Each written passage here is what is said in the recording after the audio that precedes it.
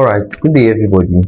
You're welcome to this class. This is GTVFX Academy, and today we'll be talking of public sector accounting, and we'll be looking at this very important topic. Yeah, this topic is important for those writing arts examination, and you're in accounting department, finance department. If you're learning public sector accounting, you must come across this topic because it is very, very vital. So this topic is standardization of federal, state, and local government reporting format in Nigeria.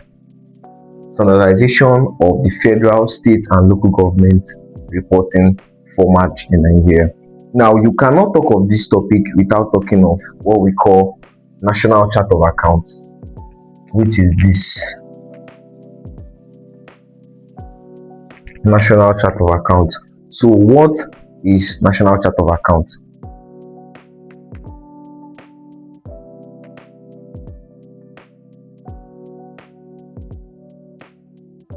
So as you can see, we say that National Chart of Accounts can be defined as a complete list of budget and accounting items where each item is uniquely represented in codes grouped in a table with related data for the purpose of tracking, managing, and reporting accounting items in a transparent, orderly, and efficient manner.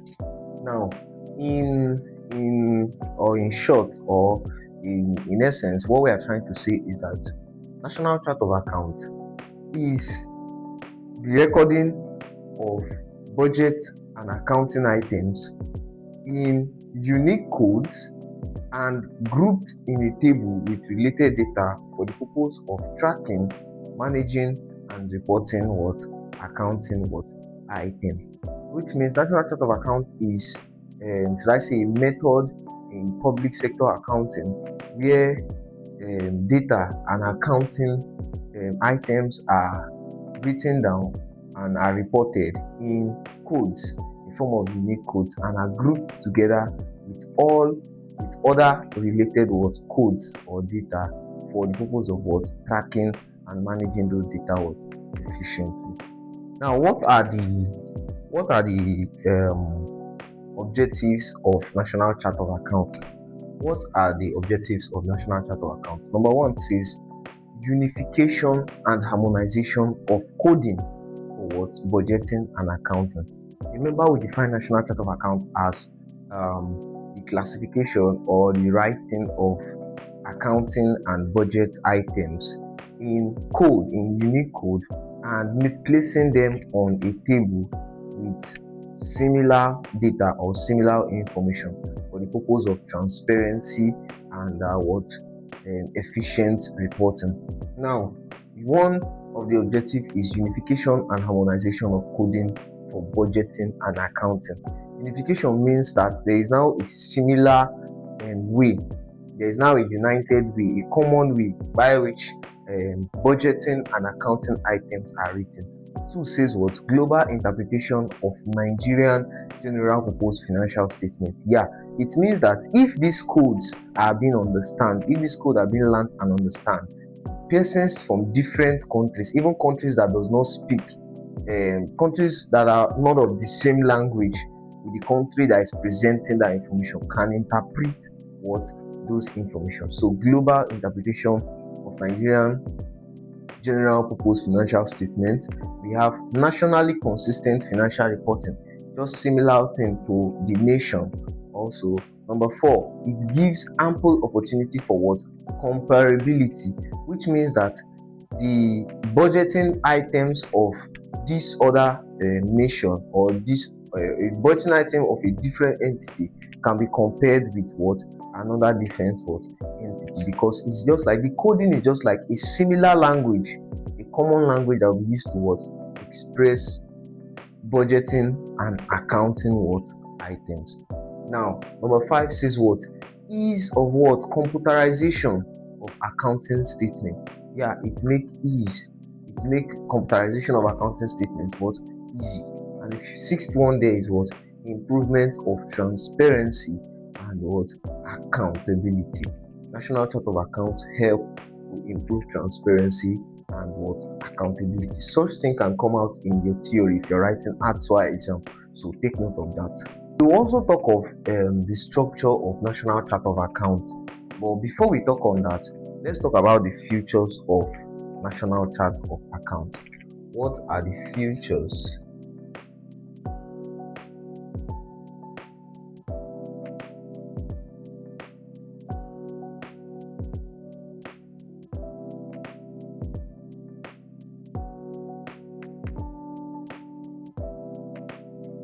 So these are the features of the National Chart of Account. One, we said it is designed after the request, consultation, and consideration of what? Of a uniform way of presenting federal, state, and local what? Chart of accounts. What does that mean? That means that the one of the feature of National Chart of Accounts is that it gives a uniform way of presenting the national, state, and what? Local chart of accounts. Number two, we say is what? It is flexible and expandable. It is what? Is flexible and expandable. Three, we said each item has a unique code.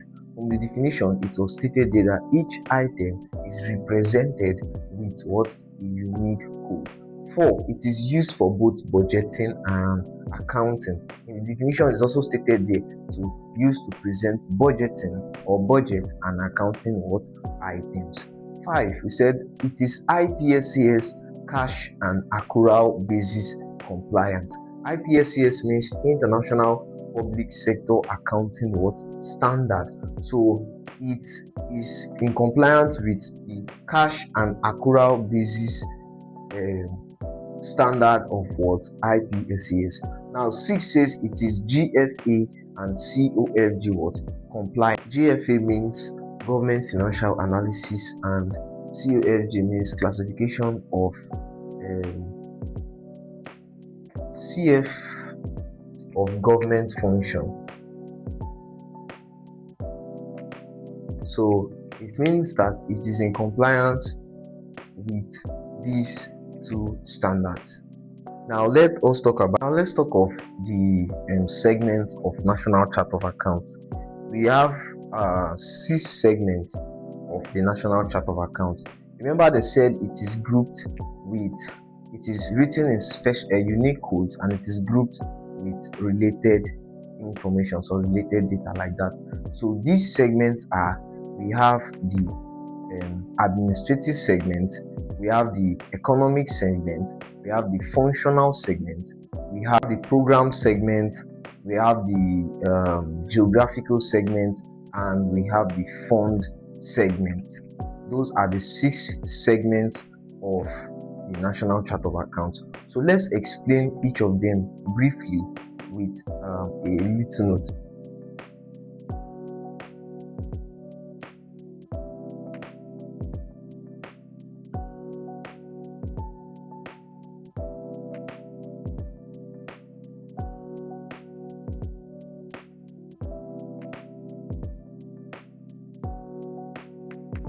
Now these are the 6 segments of National Chart of Account. We said we have the administrative segment, we have the economic segment, we have the functional segment, we have the program segment, and we have the fund segment, and we have the geographical segment. Remember, public sector accounting has to do with government and government agencies, public sector agencies. So let's explain this structure or this segments of National Chart of Account. First one, administrative segment. It reports the responsibility of each transaction, whether receipt or what? Payment. Receipt is revenue. Are you getting me? We say receipt, which is revenue center, or what? Cost center, which is what? Payment. Second, economic segment. This one reports the cost of that reported transaction. What caused the transaction? Every revenue is caused by a transaction. What brought in this money inside? And every payment is caused or has a cost. We paid because we're supposed to pay for, utility. We're supposed to pay for. Are you getting me? So this economic segment, it said It report the cost of the reported transaction for every receipt. Okay, report the cost of every transaction. Every receipt must come with a source, from a source, and every cost must be for a cost. Now it answers the question of what of every transaction. You can see this in your SAQ if you are writing ATSWA exam. What among the segment, which segment of the National Chart of Accounts answers the what of every transaction? That's what economic segment. Very fast. They would like to ask strategic questions like this. Questions you might not expect where they'll pick it from. 3. Functional segment. It deals with the classification of function of the government. Remember when we're talking about the futures of National Chart of Accounts, we mentioned this and GFA. So this segment talk about what the classification of functions of what government, of the what government, which is the functional segment. 4 is the program segment. What does the program segment mean? It identifies the various activities that meet specific policies and objectives. What do you use that funds for? Which program, in which should I say aspect of the economy do you use these funds for? Or in which aspect of the economy do you get these funds for? Now, and the fifth one is what? The fifth one is what? Fund segment. It identifies the what? Financed by element of every what? Transaction. Funds, money received. It identifies the what? Financed by element of every what? Transaction. And the sixth one is what? Geographical segment. In public sector, when they are distributing funds, when they are distributing revenue, when they are distributing government services, government welfare and other things, they distribute it based on some geographical arrangement. Yes, they distribute it based on some geographical arrangement. So this geographical segment addresses the word where of every transaction, which means where was these funds allocated, or where was these funds gotten from. Now, having known that, we want to talk of the last and the most important part of this topic. I repeat, the last and the most important part of this topic. Now, for those people writing ATSWA exam, I just gave you some points that you can see in your SAQ and in your theory especially. You can also see this segment or standards of the National Chart of Accounts and the futures especially. You can also see them in your what? Objectives. So it's good or it's advisable to capitalize on this topic if you want to pass your exam with ease. Now, let us talk of the last two parts of this topic, which is the IPSCS cash basis and IPSCS what? Accrual basis. What do they mean? Let's explain. Now, before we talk of, remember we are talking of National Chart of Accounts. Before we talk of the IPSCS National Chart of Accounts cash basis and accrual basis that's on this topic, let's first of all go back and define what the cash basis of accounting, or the cash basis of public sector accounting, and the accrual basis of public sector accounting really means. Now, let me just give you a simple definition. Now, in accounting, there's what we call accruals, or there's what we call trade receivable and trade payable, which means trade receivable is the money your customers are owing you due to transactions, due to sales. You sold and they have not paid you, so that's the money they are owing you. While trade payable is the money you are owing your suppliers. So you owe somebody as a result of, in your business transaction, remember you're not talking of any other thing. In your business transaction, you owe somebody as a result of the person supplied you material for your business. So you have not paid for material. That's what trade payable, the money you owe. Now, in accounting, when you're recording, IPSCS cash basis is a basis that record transaction when the cash is paid, not when the revenue is earned or when the expenditure is incurred or the benefit is incurred. Let me go back again. Cash basis is what I'm defining now. Cash basis is a method of recording accounting terms, or cash basis in public sector accounting is a method of recording accounting terms where should I say accounting items are recorded only when the cash is received or cash is paid, not when the revenue is earned or the expenditure is enjoyed. Which means that if an expenditure is enjoyed, maybe a benefit is enjoyed, maybe a supplier supplies us goods in this year 2000 and XX, and we pay in the next 2 years, we record that transaction in that next 2 years, which means it happened not this year when we enjoyed the benefit, but that year when we paid what the more cash. So it is recorded when cash is paid and not when income is earned or expenditure is enjoyed. Now, what about accrual basis? Accrual basis is recorded at that point where the revenue is earned or what the expenditure is what enjoyed, which means accrual basis will record such a transaction in that particular year. It will record such a transaction in that particular year when you enjoy the benefits. That is when you took the material and enjoy the material for. Now, as you can see, we have established the fact that we have established the fact or the understanding of IPSCS, cash basis and accrual basis.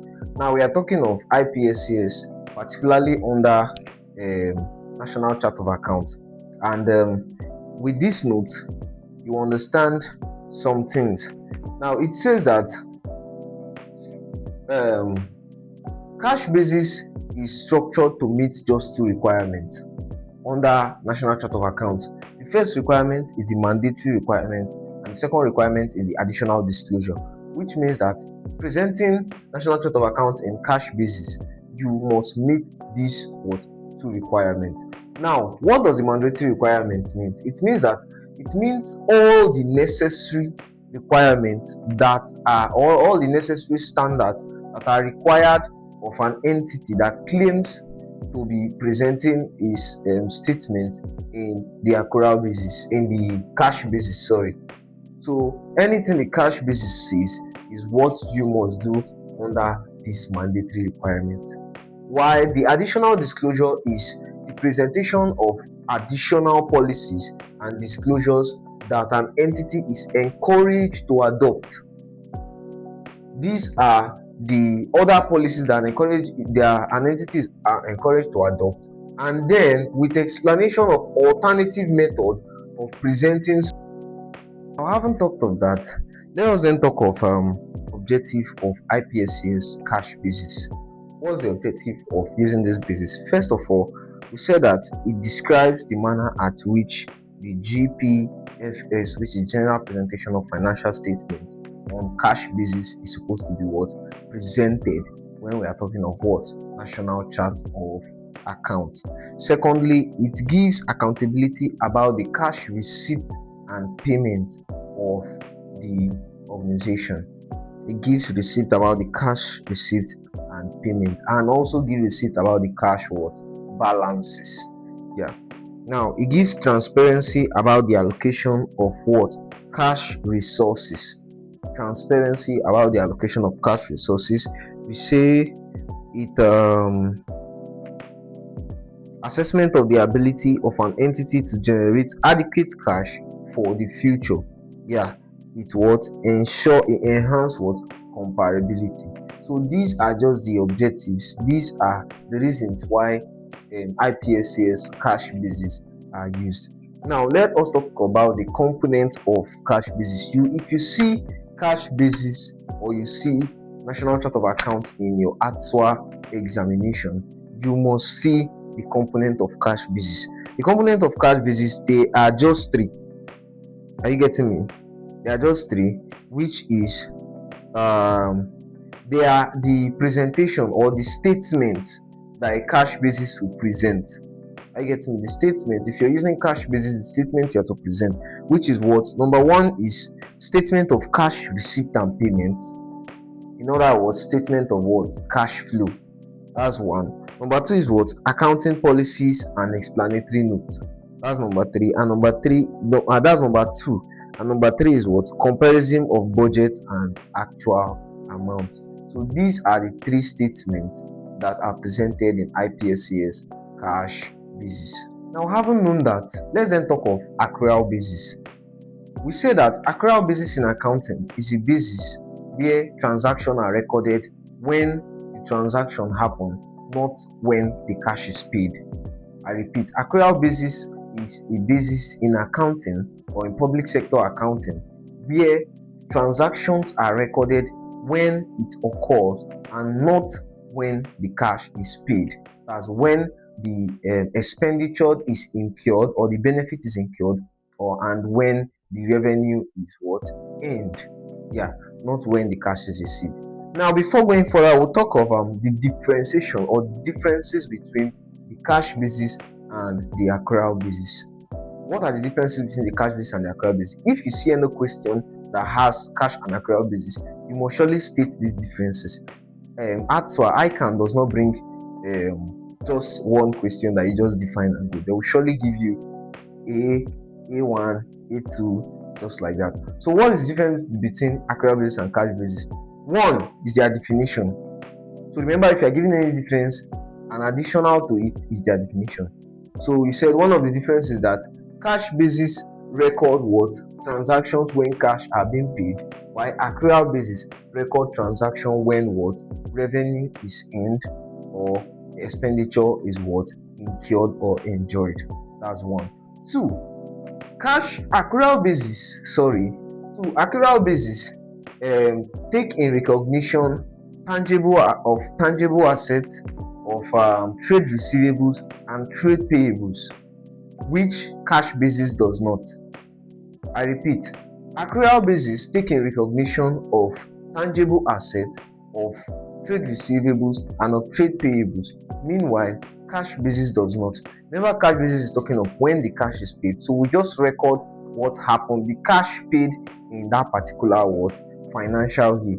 We don't record the owing, that's the trade receivable, what they're owing us, or what we are owing, which is what? Trade payable. That's 2. And 3, accrual and cash basis are also different based on the statements they present.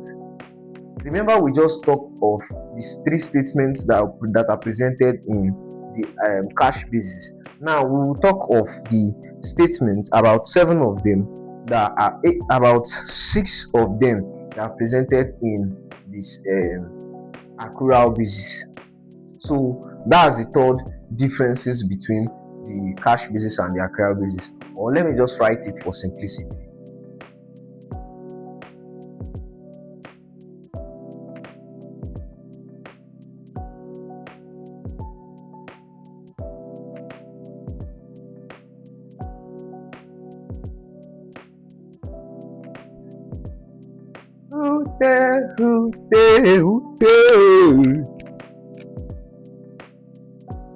All right. Now we've known that what accrual basis in accounting means, and we've known what cash basis in accounting means. Now these are the components of accrual basis. These are the components, or we'll say they are the statements that are presented in accrual basis. Remember, when we're talking of the differences, the last note we just wrote now, we talked of the difference between cash and accrual basis, and the last difference was that they are different in their components or the statements they present. Yes, cash basis presents only 3 statements, while accrual basis presents 6 statements. That is because cash basis does not recognize tangible assets, trade receivables, and trade payables. So these are the 6 components of accrual basis. First is statement of financial position, which you have known maybe from your ETS1 or from maybe from basic accounting. 2 is statement of financial performance, or is in other words called the income and expenditure statement.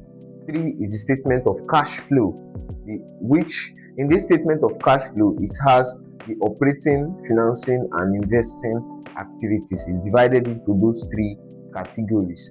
4 is the statement of change in net assets stroke equity. 5 is the notes on other disclosure to general purpose financial statements. And 6 is the statement of accounting policy. Statement of accounting policy.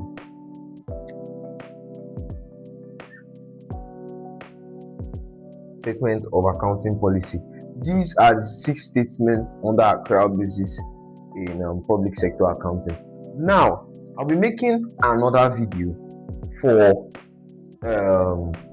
statement of cash flow. The main statements you should know. You have known statement of financial position, statement of financial performance, which is income and expenditure statement. In your basic accounting, it's called profit or loss. So you've known these two. Statement of cash flow, that will be the next, and that will be the most important one in public sector accounting. So I'll be making another video on how to prepare the statement of cash flow or the cash flow statement. So just stay tuned on this channel, stay tuned wherever you're getting the videos from, and you'll get the next one. Remember to like, subscribe for more. Thank you very much. See you on the next one.